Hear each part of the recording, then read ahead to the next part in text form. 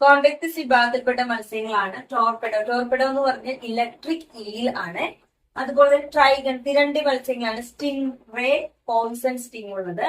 Scoliodon എന്ന് പറഞ്ഞ ഷാർക്കാണ് dog fish എന്നാണ് അറിയപ്പെടുന്നത്. അപ്പൊ പരീക്ഷയ്ക്ക് ചോദിക്കുന്നതാണ് ഡോഗ് ഫിഷ്, സ്കോളിയോഡോൺ.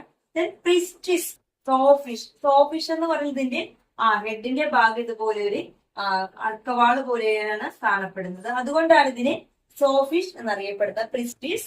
പിന്നെ കാർക്രോഡൺ അല്ലെങ്കിൽ വൈറ്റ് ഷാർക്ക് എന്ന് പറയുന്നത്.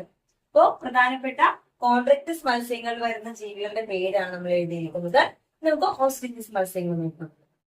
മറൈൻ ആയിട്ടുള്ള രണ്ടെണ്ണമാണ് എക്സോസീറ്റസ് അല്ലെങ്കിൽ ഫ്ലൈയിങ് ഫിഷ്. പരീക്ഷ ചോദിക്കുന്നതാണ്. ഫ്ലൈയിങ് ഫിഷ് ആണ് എക്സോസീറ്റസ്. ഫ്ലൈയിങ് ഫിഷ് എന്ന് പറയാനുള്ള കാരണം ഇതിന്റെ ഈ പെക്ട്രൽ ആയിട്ടുള്ള ഫിൻസിന്റെ ഭാഗം കുറച്ചിങ്ങനെ വലുതായിട്ടാണ്. അപ്പൊ ഇത് ഗ്ലൈഡിങ് ടൈപ്പ് ആയിട്ട് ഇത് വെള്ളത്തിലൂടെ പോകുന്നു. അപ്പൊ അതുകൊണ്ടാണ് ഇതിനെ ഫ്ലൈയിങ് ഫിഷ് എന്ന് വിളിച്ചത്, അല്ലാതെ പറക്കുന്ന മത്സ്യമല്ല. അതായത് ഇപ്പോ ക്യാമ്പസ് സീ ഹോഴ്സ്, പ്രസവിക്കുന്ന അച്ഛൻ എന്നാണ് അറിയപ്പെടുന്നത്.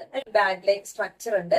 അപ്പൊ ഇതിൽ കൊണ്ടുവന്നിട്ട് ആ പെൺമത്സ്യം അതിന്റെ മുട്ടയൊക്കെ നിക്ഷേപിക്കും. എന്നിട്ട് പിന്നെ ഈ കുഞ്ഞിനെ സംരക്ഷിക്കേണ്ടത് ആൺമത്സ്യമാണ്. അതുകൊണ്ടാണ് ഇതിനെ പ്രസവിക്കുന്ന അച്ഛൻ എന്ന് വിളിക്കുന്നത്. ഇപ്പോ ക്യാമ്പസ്.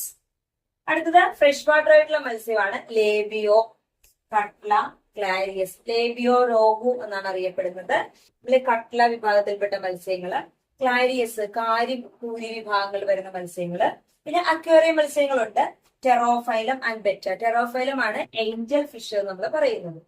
അപ്പൊ പരീക്ഷയ്ക്ക് ഇതിൽ നിന്ന് എക്സോസീറ്റസും ഹിപ്പോകാമ്പസും ചോദിച്ചിട്ടുണ്ട്. കൂടാതെ ലേബിയോ നമുക്ക് പ്രാക്ടിക്കലിന് വേണ്ടിയിട്ട് ഡയഗ്രാം വരക്കാനുള്ളതാണ്.